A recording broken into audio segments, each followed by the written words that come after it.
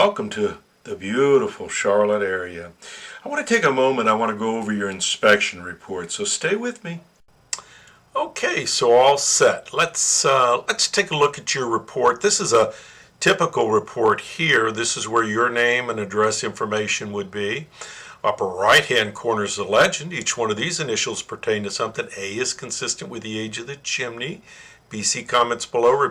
C, repairs needed. D, need further evaluation, or E, not applicable.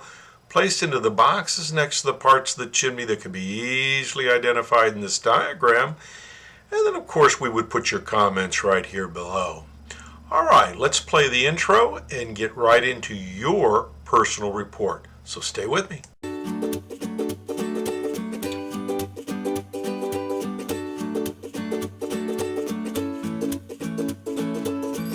Well, it was great to see you out at the house today. What a beautiful house. What a great neighborhood as well.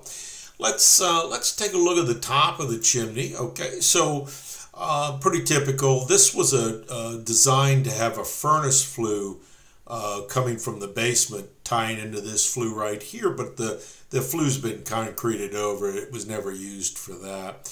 There is a chimney cap on the fireplace flue, and that's to keep the rain, the birds, and the leaves and stuff out. That's very good. If we look at the top, though, we can see some cracks. Here's some close-ups. There's cracks throughout the crown of the chimney, so that needs to be repaired. You want to keep the moisture out of the body of the chimney. That causes a lot of problems. Any trapped moisture in the wintertime during freezing temperatures expands and loosens up the bricks. Now, you do not have any problems with the bricks right now, but that's something that does need to be repaired. And if you look in the show notes, you'll see Tony's name and contact information from the mason that will help you with that.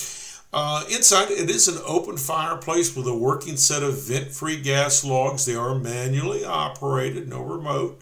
The firebox has got some soft, little bit of missing mortar in these joints.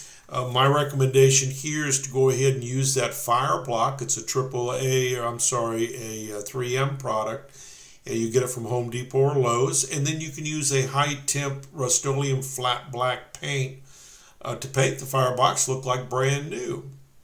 If we look up, we can see that there's insulation stuffed up in here. That's a pretty common trick for folks that don't have a damper. For whatever reason, this damper is no longer here, probably rusted out. And that's so that the heat from the fireplace will come in.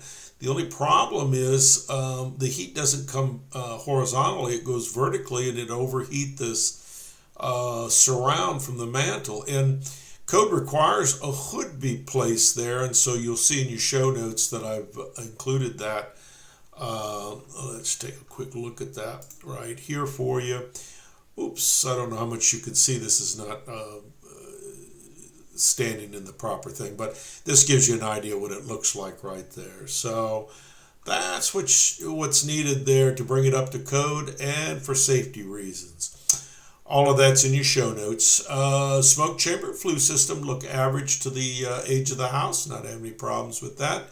Folks have questions, so for me, give me a call, 704-526-6348. You can email me at chris@affordablesweep.com. Let's run the credits, shall we?